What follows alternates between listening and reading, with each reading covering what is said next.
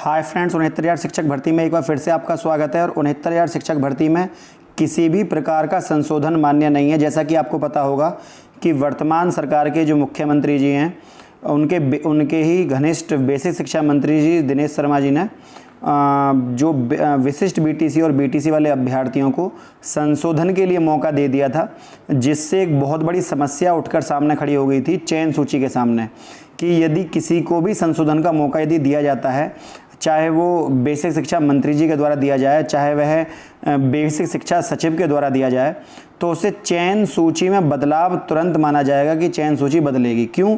क्योंकि यदि आप 10 अभ्यर्थी भी शामिल करते हो, एक चयन सूची है जो आपकी पहले बन चुकी है। अब जब चयन सूची बन चुकी है और आप उस चयन सूची बनने के बाद में अभ्यर्थियों को मौका देते हो कि वो संशोधन कर लें, तो उससे उस जो चयन सूची है वो सीमित है, उसमें जो अभ्यर्थी आने थे वो आ गए। उसके बाद आपने दोबारा मौका दिया बीटीसी विशिष्ट बीटीसी वालों को, लगभग 250 छात्रों को।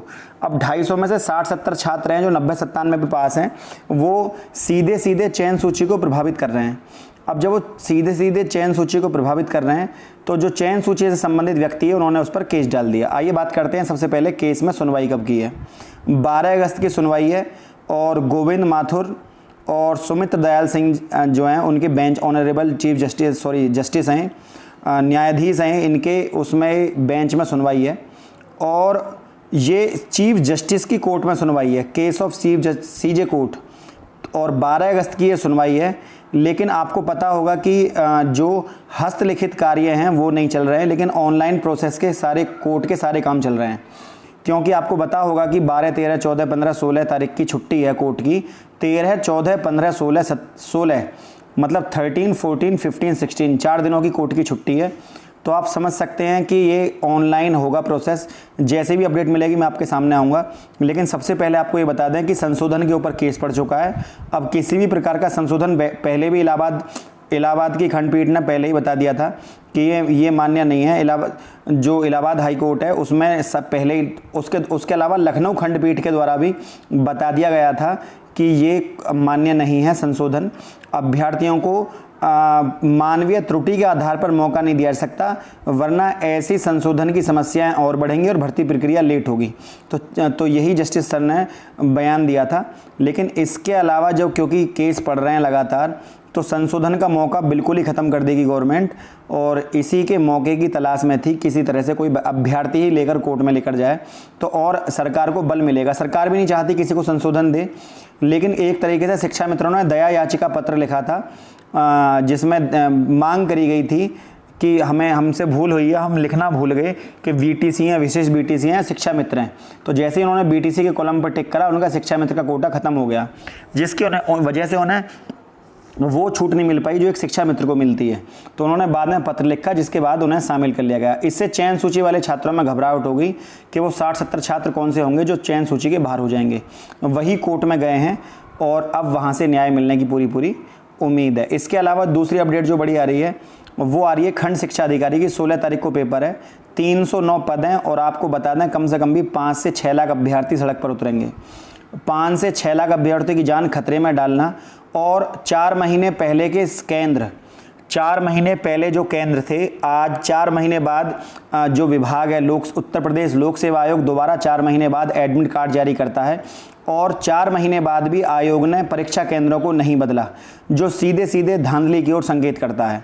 क्योंकि 4 महीने में तो जो सेटिंग होनी होती है स्कूल वालों से वो हो जाती है, सरकार रोक नहीं पाती है इन चीज़ों को। तो कम से कम सबसे पहली बात तो यह है कि कोविड-19 के समय अपने ही ज़िले में एग्ज़ाम होना चाहिए था। हर अभ्यर्थी का अपने ज़िले में एग्ज़ाम होता तो अभ्यर्थियों को दर दर भटकना नहीं पड़ता। बहुत सीमित एग्ज़ाम सेंटर बनाए, सोशल डिस्टेंसिंग, ना ही खंड शिक्षा। इसके अलावा जो बीएड की प्रवेश परीक्षा हुई थी, तो बीएड की प्रवेश परीक्षा में भी लगभग 3 लोगों को बुखार चढ़ गया है। लगभग मैं आपको वैसे ही बता दे रहा हूँ डिटेल, 3 अभ्यर्थियों को बुखार चढ़ गया कोविड-19 की वजह से, और उनमें से यदि एक भी कोरोना वायरस डिजीज़ की वजह से एक भी आदमी को यदि कैजुअलिटी होती है तो उसकी जिम्मेदारी कौन लेगा? क्योंकि जीवन दान किसी भी परीक्षा से बढ़कर है, तो सरकार को ये चीज़ें समझनी चाहिए। हालांकि मामला अभी न्यायालय में है कि परीक्षा स्थगित हो, लेकिन ऐसा ना हो कि कोर्ट बंद है और उधर परीक्षा करा दी जाए और अभ्यर्थियों का जीवन खतरे में डाला जाए। ये सीधे सीधे मांग करी जा रही है अभ्यर्थियों के द्वारा कि हमारी जो परीक्षा है वो हमारे अपने ज़िले में हो, गृह जनपद में हमारी परीक्षा हो और सोशल डिस्टेंसिंग के साथ हो, लेकिन ऐसी कोई भी चीज़ें यहाँ देखने के लिए नहीं मिल रही हैं। उधर नकलची और फर्जी छात्रों पर एसटीएफ की नकेल है। जो केएल पटेल के सहयोगी हैं उनको भगोड़ा घोषित कर दिया गया है और उन पर विशेष धाराएं लगाकर उनको कसने का पूरा कार्य स्पेशल टास्क फोर्स ने कर दिया है। तो ये नकलची अब बच नहीं पाएंगे। इसके अलावा छटनी करी जा रही है कि कौन कौन अभ्यर्थियों के साठगांठ कहाँ पर करी थी, जिससे आगे आने वाली परीक्षाओं में भी इस तरह की सेंधमारी देखने के लिए ना मिले। आपको बता दें कि जो कोरोना संक्रमण के बीच परीक्षा में 5 लाख से अधिक अभ्यर्थियों का शामिल होना है, वहीं अभ्यर्थियां अब भी इस परीक्षा को स्थगित कराने की मांग कर रहे हैं। बीईओ प्रवेश परीक्षा स्थगित किए जाने की मांग को लेकर अभ्यर्थियों ने जिलों में जो अलग अलग सेंटर हैं 200 से अधिक 250 दूर हैं। बीएड प्रवेश परीक्षा 73 किलोमीटर में कराई गई है। ज़्यादातर अभ्यर्थियों को उनके ही जिलों में सेंटर नहीं है, तो ये गलत है कि अभ्यर्थियों को अपने ज़िले में सेंटर नहीं दिए गए हैं, जबकि बीईओ प्रवेश प्रारंभिक परीक्षा के लिए 18 जिलों में केंद्र बनाए हैं। बताइए 5 से 5 लाख से अधिक बच्चे और 18 जिले में जाएंगे। ऐसे में अभ्यर्थियों की संख्या भी अधिक है और इसी आधार पर परीक्षा स्थगित किए जाने की मांग चल रही है। तो गृह जनपद ना मिलने की वजह से भी बीएड में पूरी तरह से यहाँ पर अनियमितता देखने के लिए मिली थी। उधर मैं आपको बता दूं कि 13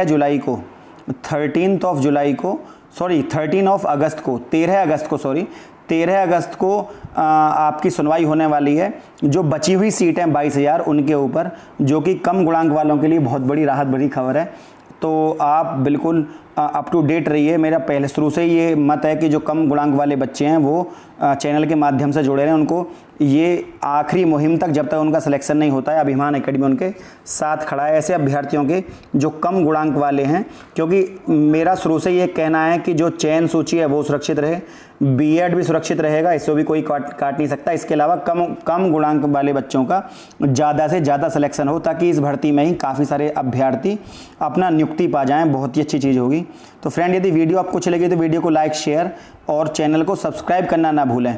और ज्वाइन बटन आपको बता दूं मैं कि ज्वाइन बटन मिल चुका है। ज्वाइन बटन क्या होता है? ज्वाइन बटन एक तरीके से मंथली सब्सक्रिप्शन होता है। जैसे आप टाटा स्काई वगैरह रिचार्ज करते हैं ऐसे ही होता है। तो बहुत कम पैसे में आपको 119 रुपये में ये मिल जाएगा, जिसके अलावा कोई भी लेटेस्ट अपडेट होगी वो सबसे पहले आपके पास मैसेज पहुंच जाएगा। तो जो अभ्यर्थी इस लायक हों कि वो सब्सक्रिप्शन ले सकें, उनसे मैं कहना चाहूँगा, वरना क्योंकि लॉकडाउन की स्थिति चल रही है, मैं किसी को प्रेशराइज करके या किसी को भ्रमित करके ऐसा कार्य मैं नहीं करना चाहूँगा। बाकी कोई इस लायक है कि सब्सक्रिप्शन ले सके तो उसका मोस्ट वेलकम है अभिमान एकेडमी के प्लेटफॉर्म पर। बाकी वीडियो आप ऐसे भी देख सकते हैं, कोई प्रॉब्लम नहीं है। फ्रेंड, यदि वीडियो आपको अच्छी लगी तो वीडियो को लाइक, शेयर, चैनल को सब्सक्राइब करना ना भूलें।